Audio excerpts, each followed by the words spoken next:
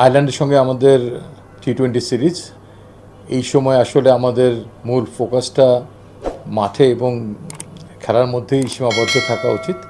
তারপরেও আমাদের দলনায়ক লিটন দাসের আজকে করা একটি প্রেস মিটের ফলশ্রুতিতেই দু একটি কথা না বললেই নয়, সেজন্যই ছোট্ট করে আমি এটা একটু ব্যাখ্যা দেওয়ার চেষ্টা করব। ইনফ্যাক্ট আয়ারল্যান্ডের সঙ্গে এই টি-20 দলটা ঘোষণা করার আগে আমরাও কোচ এবং ক্যাপ্টেনের সঙ্গে খুব সংক্ষিপ্ত একটা বৈঠক করেছি।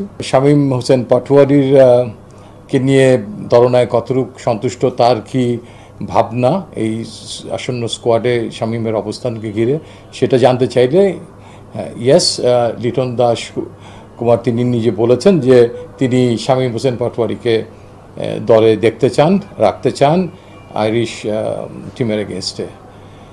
তো এক্ষেত্রে তার সুস্পষ্ট মতামত আমরা পেয়ে যাই এবং তিনি এও জানান যে এই বিষয় নিয়ে তার হেড কোচের সঙ্গে তার আলাপ হয়েছে এবং হেড কোচও চান যে সাম্প্রতিক যে সিরিজে ওয়েস্ট ইন্ডিজের সঙ্গে যে ব্যাটিং লাইন আপটা খেলেছে তাদের সবাইকে দলে দেখতে চান। আমি এবং হাসিবুল হোসেন শান্ত পরবর্তী পর্যায়ে আমাদের নিজেদের মধ্যে আলোচনা করে এই যে সিদ্ধান্ত নেই, সেই সিদ্ধান্তের আলোকে শামীম হোসেন পাটোয়ারি দলে সুযোগ পায় না এবং আমরা দুটো ম্যাচকে লক্ষ্য করে আমরা দলটা দিই। যে আমাদের একটা ইচ্ছা ছিল যে এই দুটো ম্যাচে যদি আমরা আমাদের সিরিজ জয়টা সুনিশ্চিত হয়ে যায়, তাহলে আমাদের থার্ড ম্যাচে আমরা দলে কিছু পরিবর্তন, কিছু এক্সপেরিমেন্ট এবং যারা বাদ পড়েছে তাদের সবাইকে আবার একটা দলের প্রথম একাদশে সুযোগ দিতে পারি। আমাদের নিয়ম মোতাবেক আমাদের দলটা ক্রিকেট অপারেশনসের মাধ্যমে বোর্ডের অনুমোদন নিয়েই ঘোষিত হয়। সিলেকশন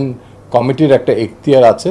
সিলেকশন কমিটি সবসময় দলনায়ক এবং কোচের সঙ্গে একই সহাবস্থানে নাও থাকতে পারে কোনো খেলোয়াড়ের ব্যাপারে, এবং সেখানে কোনো অনুমতি নেওয়ারও প্রয়োজন নেই। আমরা we are accountable to the board.